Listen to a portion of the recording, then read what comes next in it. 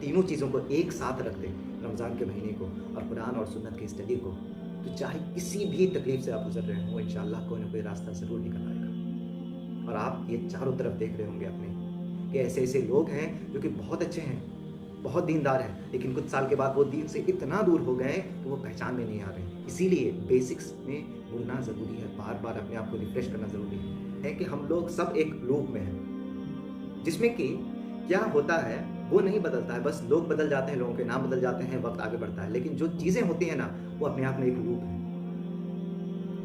इनमें कोई super human abilities तो नहीं थी, तो फिर सिर्फ़ अपने ईमान के दम पर इन्होंने किस तरह से इन सारे चैलेंजेस को पार किया। कहा कि तुम लोग जितना कंट्रीब्यूट कर सकते हो करो। तो उमर रज़ियल्लाहु अन्हु ने आधा अपने पूरा माल से दे दिया, अबू बकर रज़ियल्लाहु अन्हु ने तो 100% दे दिया। तो हम लोगों को क्या होता है? मोटिवेशन मिलता है, ईमान ताज़ा होता है वाक़ई में, और हम लोगों को ज़रूर ऐसे वाक़यात को सुनना चाहिए, ईमान की ताज़गी के लिए, जज़्बे के लिए। अस्सलामु अलैकुम वरहमतुल्लाहि वबरकातुहू।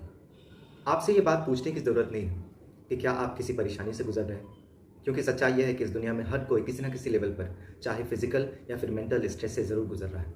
तो फिर आप बहुत ही सही जगह पर आए हैं। ये जो महीना है रमज़ान का, ये अपने आप में काफ़ी है हमें किसी भी परेशानी से बाहर निकालने के लिए। ये एक ऐसा महीना है जिसमें कि अल्लाह सुब्हानहू व तआला शैतान को जकड़ लेते हैं ताकि वो हमें बहका ना सके। शैतान का एक बहुत ही ज़रूरी काम ये है कि हम लोगों को ये महसूस कराए कि हम लोग अपनी ज़िंदगी में खुश नहीं हैं। जी हाँ, खुश नहीं हैं। नाशुक्री वो हमारे अंदर डालना चाहता है, और उसने ये बात खुद अल्लाह को कहा है कि मैं इनको बहकाऊँगा और आप इनमें से ज़्यादातर को नाशुक्रे पाएँगे। तो फिर हमारे अंदर एक तरह की ग्रैटिट्यूड, शुक्र अंदर आएगी। हर रात को अल्लाह सुब्हानहू व तआला बहुत सारे लोगों को जहन्नम से बाहर निकालते हैं और जन्नत में दाखिल करते हैं। ये वो महीना है जहाँ पर जब हम इफ्तार के सामने बैठे होते हैं और अल्लाह से कोई भी दुआ करते हैं तो अल्लाह तैयार है किसी भी दुआ को कबूल करने के लिए। ये वो महीना है जिसमें कि ऐसी रात आती है जिसमें आने वाले एक पूरे साल की सब कुछ जो भी दुनियावी एतबार से हमें मिलने वाली है, अमल के एतबार से जो भी हम करेंगे, वो सब डिसाइड हो रहा है, लिखा जा रहा है। तो वहाँ पर अगर हम दुआ करते हैं और अगर हम उसमें कुछ एडिटिंग करवा सकते हैं, अपने आप को इम्प्रूव कर सकते हैं, अपनी ज़िंदगी को एक नए सिरे से शुरू कर सकते हैं, तो बताइए इस दुनिया की जो भी परेशानी है, जो जो इमोशनल जो भी हमें डिस्टर्बेंस मिल रही है, क्या इन सब से निजात नहीं मिल सकता इस महीने में? वाक़ई में। और इस सीरीज़ में हम लोग क्या बात करने जा रहे हैं? कुरान और सुन्नत के बारे में। कुरान को अल्लाह ने कहा है कि ये हीलिंग है, ये शिफ़ा है दिल के लिए, तो ये दिल का सुकून बनती है हमेशा। और हम लोग बात करने जा रहे हैं मोहम्मद सल्लल्लाहु अलैहि वसल्लम की सीरत के बारे में। तो ज़रा सोचिए कि जब मोहम्मद सल्लल्लाहु अलैहि वसल्लम अपनी ज़िंदगी में परेशान थे, जब कुफ़ार उनको लगातार परेशान कर रहे थे, उनको हर तरफ से रिजेक्शन देखने को मिल रहा था, तो अल्लाह सुब्हानहू व तआला क्या करते थे ऐसे टाइम पर? उनसे पहले जो अंबिया किराम गुज़रे हैं अलैहिस्सलातु वस्सलाम, उनकी कहानियाँ मोहम्मद सल्लल्लाहु अलैहि वसल्लम को बताते, ताकि वो उससे खुद को रिलेट कर सकें।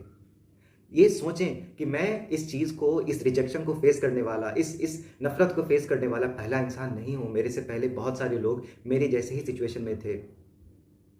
तो हमारी ज़िंदगी में जो भी परेशानियाँ हैं, वो कितनी बड़ी हो सकती है। अल्लाह सुब्हानहू व तआला ने मोहम्मद सल्लल्लाहु अलैहि वसल्लम से ज़्यादा किसी को नहीं आज़माया। अगर हम उनकी ज़िंदगी को पढ़ेंगे तो हमें एक तरह का सुकून मिलेगा, और उलमा इकराम इस बात को कहते हैं कि हम अगर ज़िंदगी से स्ट्रेस में गुज़र रहे हैं, किसी भी तरह की परेशानी है, तो हमें मोहम्मद सल्लल्लाहु अलैहि वसल्लम की सीरत को स्टडी करनी चाहिए। उससे 2 चीज़ें होंगी। एक वजह तो बता दिया कि हम लोग खुद ये महसूस कर सकेंगे कि हमारी परेशानियाँ तो कुछ नहीं है उनके सामने। और दूसरी बात ये है कि मोहम्मद सल्लल्लाहु अलैहि वसल्लम उस परेशानी से, चाहे वो फिज़िकल हो या फिर इमोशनल, उससे किस तरह से बाहर निकले, तो हमें एक एग्ज़ाम्पल मिलेगा कि हम कैसे निकल सकते हैं। तो बताइए, अगर आप इन तीनों चीज़ों को एक साथ रख दें, रमज़ान के महीने को और कुरान और सुन्नत की स्टडी को, तो चाहे किसी भी तकलीफ़ से आप गुज़र रहे हों, इंशाअल्लाह कोई ना कोई रास्ता ज़रूर निकल आएगा।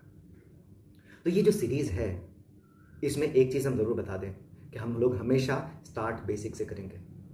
आपको हमेशा ऐसी-ऐसी चीज़ें सुनने को मिलेंगी हर एपिसोड में करीब-करीब, जिसके बारे में आप पहले से जानते होंगे शायद। लेकिन ये आपके लिए है, ये उस शख्स के लिए भी है, जिसको कुछ नहीं पता है इस्लाम के बारे में, क्योंकि हम कोई बहुत मुश्किल लैंग्वेज इस्तेमाल करने ही नहीं वाले। और अगर आप ये सोच रहे हैं कि हमको तो ये पता है, तो फिर हमको ये सीरीज़ नहीं देखनी चाहिए, हमको कुछ नया देखना चाहिए, तो हम आपको कुछ एग्ज़ाम्पल्स देंगे, जिससे कि शायद आपकी ये जो राय है वो बदल जाए। हम लोग ये देखते हैं कि कुरान में कितने सारे टॉपिक्स बार-बार रिपीट हुए हैं। कितने बार अल्लाह सुब्हानहू व तआला तौहीद के बारे में बात करते हैं, अल्लाह के एक होने पर। अल्लाह सुब्हानहू व तआला बात करते हैं तक़वा के बारे में, नमाज के बारे में, ज़कात के बारे में, क़यामत के दिन के बारे में, जन्नत जहन्नम के बारे में। अगर अल्लाह एक बार कह देते कि जन्नत है, जहन्नम है, इसके ये फीचर्स हैं, यहाँ जाओगे इसके लिए ये करना पड़ेगा और ये करोगे तो तुम जहन्नम जा सकते हो, काफ़ी होता, बिल्कुल काफ़ी होता। लेकिन आप ज़रा सोचिए कि कुरान एक बार में नाजिल ही नहीं हुआ ना, 23 साल में कुरान नाजिल हुआ है। और सहाबा ने, हो सकता है कि कोई आयत किसी एक टॉपिक के बारे में अभी सुना, उसके बाद उन्होंने कुछ साल के बाद, कुछ महीनों के बाद में भी उसको दोबारा किसी और सूरा में सुना, कुछ और तरीके से, तो फिर उनको दिमाग में ये रिमाइंड हो जाएगा वापस से कि हाँ, इस बात को कहीं हम भूल ना जाएं। और हम लोग जब नमाज पढ़ते हैं दिन में 5 बार, तो 5 बार नमाज पढ़ने के 5 अलग अलग तरीके नहीं हैं। हर नमाज में हम लोग सूरह फातिहा पढ़ते हैं। क्यों हम लोग हर नमाज में कहते हैं इहदिनस सिरातल मुस्तकीम? एक बार अल्लाह से हमने हिदायत मांग लिया तो वो क्या काफ़ी नहीं है? नहीं है काफ़ी। हमें बार बार अपने आप को रिमाइंड करना पड़ेगा कि हिदायत ऐसी चीज़ नहीं है कि जब एक बार किसी को मिल जाती है तो वो ज़िंदगी भर उसके पास रहती है। अल्लाह ने दुआ सिखाई है हम लोगों को कि या अल्लाह, हिदायत पर कायम रख हमको। क्यों कायम रहने की क्या ज़रूरत है? क्योंकि ये फिसल सकती है हाथ से। और आप ये चारों तरफ देख रहे होंगे अपने कि ऐसे ऐसे लोग हैं जो कि बहुत अच्छे हैं, बहुत दीनदार हैं, लेकिन कुछ साल के बाद वो दीन से इतना दूर हो गए कि वो पहचान में नहीं आ रहे हैं। इसीलिए बेसिक्स में मुड़ना ज़रूरी है, बार बार अपने आप को रिफ्रेश करना ज़रूरी है। लेकिन ये आपके लिए बोरिंग ना हो, इसके लिए मेरी कोशिश रहेगी कि हम इसको थोड़ा अलग तरीके से पेश करें, कुछ और बात बताएं, उस पुरानी बात में भी आपको शायद कुछ नया देखने को मिल जाए। ये मेरा एफर्ट रहेगा इंशाल्लाह। और हम एक एग्जाम्पल देना चाहेंगे कि किस तरह से अगर हम इस चीज़ को छोड़ दें तो क्या कुछ नहीं हो सकता है। आप इमेजिन कर सकते हैं कि जिस शहर को इब्राहिम अलैहिस्सलाम और उनके बेटे इस्माइल अलैहिस्सलाम ने इस्टेब्लिश किया, जहाँ पर इस पूरे दुनिया का सबसे पाक बिल्डिंग, सबसे पाक जगह है मक्का, काबा, वहाँ के लोग किस तरह से मूर्तियों की इबादत कर रहे हैं, वहाँ के लोग किस तरह से जिना कर रहे हैं, शराब पी रहे हैं, जुआ खेल रहे हैं। क्या वो लोग भूल गए इब्राहिम अलैहिस्सलाम को? क्या वो लोग हज करना छोड़ दिए हैं? क्या वो लोग नहीं जानते हैं कि उनकी क्या हिस्ट्री रही है? इब्राहिम अलैहिस्सलाम ने किस तरह से उस शहर को डेवलप किया था? सब कुछ पता है उनको, उनके ज़बान पर रटा हुआ है, इब्राहिम अलैहिस्सलाम का नाम जानते हैं। लेकिन हुआ क्या था? इस्माइल अलैहिस्सलाम के बाद वहाँ पर कोई रसूल नहीं आया उनको डराने के लिए, उनको रिमाइंड करने के लिए, उन्हीं बेसिक्स के लिए जो कि इब्राहिम अलैहिस्सलाम और इस्माइल अलैहिस्सलाम ने सिखाया था। मोहम्मद सल्लल्लाहु अलैहि वसल्लम ही आए इतने हज़ार साल के बाद, और देखिए इनका हाल क्या हो गया, क्या हाल हो गया इनका। तो अगर हम लोग एक चीज़ को एक बार पढ़ ले और हम लोग कहें कि अरे हो गया, अब इसको क्या ज़रूरत है दोबारा ताज़ा करने की मन में, तो देखिए कितनी ज़्यादा बुरे हम लोगों को नतीजे देखने को मिल सकते हैं। इसीलिए ये ज़रूरी है। और इस सीरीज़ में हिस्ट्री की भी बात होगी, ज़रूर होगी। हो सकता है कि आपको ये बात समझ ना आए कि हम लोग क्या करेंगे उन लोगों के बारे में जानकर जो लोग हमसे पहले गुजर चुके हैं। हम क्या करेंगे उनके नाम जानकर और उनके लाइफ में क्या हुआ था ये जानकर। इसका जवाब हम देंगे एक बहुत अजीब तरीके से। शायद आपने ये चीज़ कभी किसी से सुना नहीं हो, आपको अजीब लगे, लेकिन हम ऐसा समझते हैं कि हम लोग सब एक लूप में हैं जिसमें कि क्या होता है वो नहीं बदलता है, बस लोग बदल जाते हैं, लोगों के नाम बदल जाते हैं, वक्त आगे बढ़ता है, लेकिन जो चीज़ें होती हैं ना, वो अपने आप में एक लूप है। कुरान में आप देखिएगा कि एक नबी आए किसी लोगों के सामने और उन्होंने उनके सामने अल्लाह की तौहीद को और जो भी अल्लाह के अहकामात है उसको सामने रखा।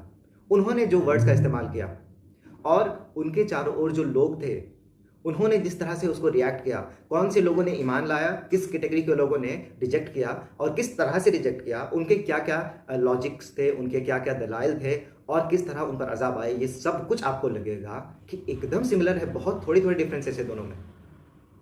और ज़रा सोचिए कि ये लोग एक दूसरे का नाम तक नहीं सुने थे, इनका रिस्पॉन्स एकदम सेम था। ये लोग नाम तक नहीं सुने थे, एक दूसरे के एग्जिस्टेंस के बारे में जानते तक नहीं थे, इन लोगों के बीच में हज़ारों हज़ार साल का डिफरेंस था। फिर भी क्यों? इसका जवाब ये है कि इंसान की फितरत नहीं बदलती है। कितने भी हम लोग एडवांस्ड हो जाए, जो हमारे बेसिक इंस्टिंक्ट्स हैं वो चेंज नहीं होते हैं। तो हम लोग पीछे मुड़कर इसीलिए देखते हैं ताकि हम अपने आज को समझ सकें और पीछे मुड़कर जो लोगों ने अच्छा किया था उसको कर सकें और जो गलतियां उन्होंने की थी उसको ना दोहराएं। हम लोग कभी भी वक्त में आगे बढ़कर अच्छा नहीं कर सकते जब तक कि हम लोगों के पीछे के बारे में कोई इल्म ना हो। तो हम लोग जब सहाबा के बारे में पढ़ेंगे अली रज़ियल्लाहु अन्हुम अजमईन, तो फिर हम लोगों को ये देखने को मिलेगा कि किस तरह से उनको जब इस तरह की परेशानियां आई। आज हम लोग कहते हैं ना कि हम लोग एक तकलीफ से गुजर रहे हैं, आज हम लोग जो मुसलमान हैं वो उन पर हमला हो रहा है और चारों तरफ दुश्मन घिरे हुए हैं, हाँ, आज मुसलमानों के दुश्मन है, इस्लाम के दुश्मन है, लेकिन एक ऐसा वक्त था जब मुसलमानों के जान के दुश्मन थे, उनके माल और उनके इज्जत के दुश्मन थे, उनको पूरी तरह से ख़त्म करना चाहते थे। अल्लाह का शुक्र है आज हम लोग उस हालत में नहीं हैं जिस जगह पर हम लोग हैं। और हम लोग इसीलिए इसको स्टडी करेंगे ताकि ये देखें कि अगर ये लोग इंसान थे ना, इनमें कोई सुपर ह्यूमन एबिलिटीज़ तो नहीं थी, तो फिर सिर्फ अपने ईमान के दम पर इन्होंने किस तरह से इन सारे चैलेंजेस को पार किया और पूरी दुनिया में छा गए। हम लोग इनके एग्जाम्पल से देखकर ये समझने की कोशिश करेंगे। और मेरी पूरी कोशिश रहेगी कि हम लोग सहाबा के और मोहम्मद सल्लल्लाहु अलैहि वसल्लम के इवन ह्यूमन एस्पेक्ट को आपके सामने रखें। क्यों ये ज़रूरी है?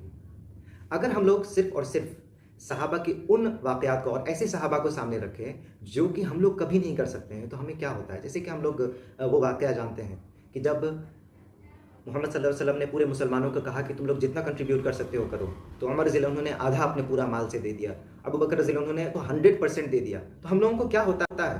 मोटिवेशन मिलता है, ईमान ताज़ा होता है वाकई में। और हम लोगों को ज़रूर ऐसे वाक़यात को सुनना चाहिए ईमान की ताज़गी के लिए, जज्बे के लिए। लेकिन क्या ये हम लोग कर सकते हैं? क्या ये हमारे लिए पॉसिबल है? नहीं है। और ये एक बहुत इंपॉर्टेंट पॉइंट है, बहुत इंपॉर्टेंट पॉइंट है। और आप ये समझ सकते हैं बहुत आसानी से एक एग्जांपल को लेकर कि अगर कोई स्टूडेंट यूट्यूब पर जाकर सिर्फ मोटिवेशनल वीडियो सुनते रहता है, वो पढ़ाई नहीं करता है, तो फिर क्या वो एग्जाम में कुछ भी कर सकता है? क्या हो जाएगा मोटिवेशन का? एक तरफ वो कह रहा है कि मोटिवेशन वाला वीडियो सुनते हैं तो पढ़ने का मन करता है, लेकिन वो पढ़ भी नहीं रहा है, फिर उस मन का क्या फ़ायदा? तो हम लोग सहाबा के उन पॉइंट्स को देखेंगे जहाँ पर उन्होंने वो किया है जिसको हम लोग कह सकते हैं कि हम लोग भी उसको कॉपी कर सकें, या फिर जहाँ पर उन्होंने गलती की है, उनसे भूल हो गई है, हम लोग वहाँ पर देखेंगे कि सहाबा किस तरह से वहाँ पर फिसल गए थे।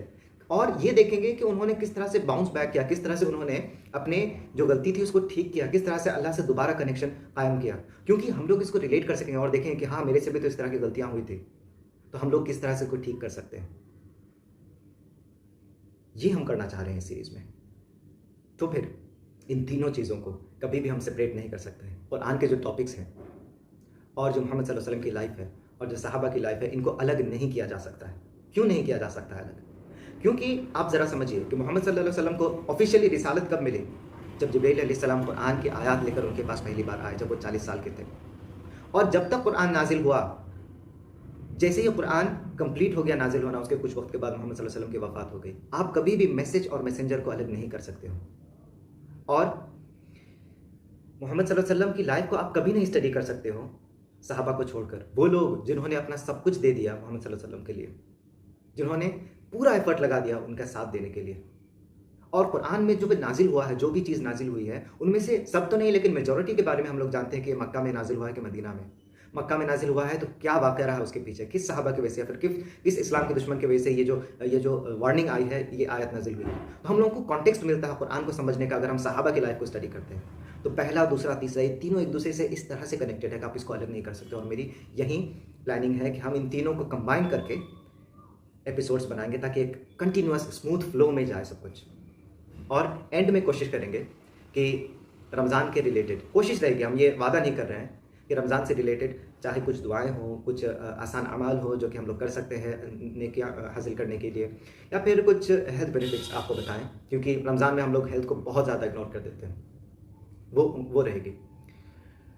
और जो सबसे इंपॉर्टेंट पॉइंट जो कि हम जिसको बोले बगैर ये एपिसोड ख़त्म नहीं कर सकते हैं, इंट्रोडक्टरी एपिसोड, कि यहाँ पर किसी को टारगेट नहीं किया जा रहा है, बिल्कुल मत समझिएगा।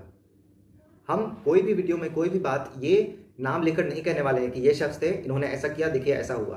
प्रैक्टिकल एग्जांपल्स हम देते रहेंगे इंशाल्लाह इस पूरे सीरीज़ में, क्योंकि उसी से हम लोगों को बातें समझ में आती है। तभी हम लोग, क्योंकि मकसद ये है कि हम लोग अपने आप को इम्प्रूव कर सकें। सिर्फ सुनकर अच्छा महसूस हो और वो बात ख़त्म हो जाए, हम बिल्कुल नहीं चाहते हैं कि ऐसा करें इस सीरीज़ में। तो फिर प्रैक्टिकली इम्प्रूव करने के लिए हम लोगों को प्रैक्टिकल एग्जाम्पल्स देने पड़ेंगे। आप ये ना समझ लें कि मेरे बारे में बात हो रही है, और ऐसा लग सकता है आपको। अगर हमको लग सकता है फिर आपको कैसे नहीं लग सकता है। आपको एक बहुत ही हंसी का वाकया बताएं तो क्या हुआ कि पिछले साल क्या हमने अपना एक पुराना वीडियो देखा कुछ साल पहले का, और हम हैरान हो गए थे कि यार ये तो हम अपने बारे में कह रहे हैं, इस तरह की गलतियां तो हम कर चुके हैं, तो हम पास्ट में जाकर अपने फ्यूचर कैसे प्रेडिक्ट कर लिए थे कि हम ऐसा ही करेंगे। ऐसा थोड़ी ना हुआ है कि हम पास्ट में जाकर फ्यूचर देख लिए थे। हम बात कर रहे थे और हम सुने और वो तीर मेरे पे आके लग गई।